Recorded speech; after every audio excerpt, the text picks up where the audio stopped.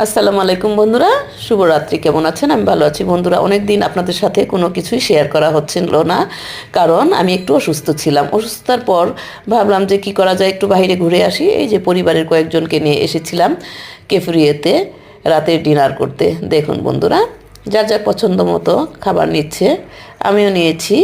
আমি নিয়েছিলাম chicken fry, rice নেইনি। সবাই রাইস নিয়েছে, ফ্রাই নিয়েছে, যার যেটা পছন্দ মতো নিয়েছে।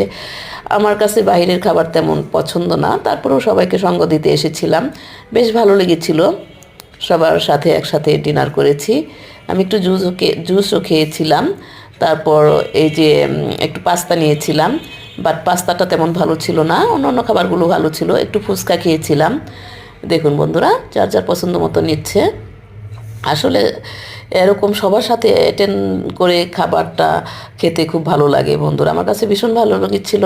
আপনাদের কাছে কেমন লাগছে? যদি ভালো লাগে প্লিজ ভিডিওটি সাবস্ক্রাইব করুন এবং বেল বাটনটি অন করে দিন।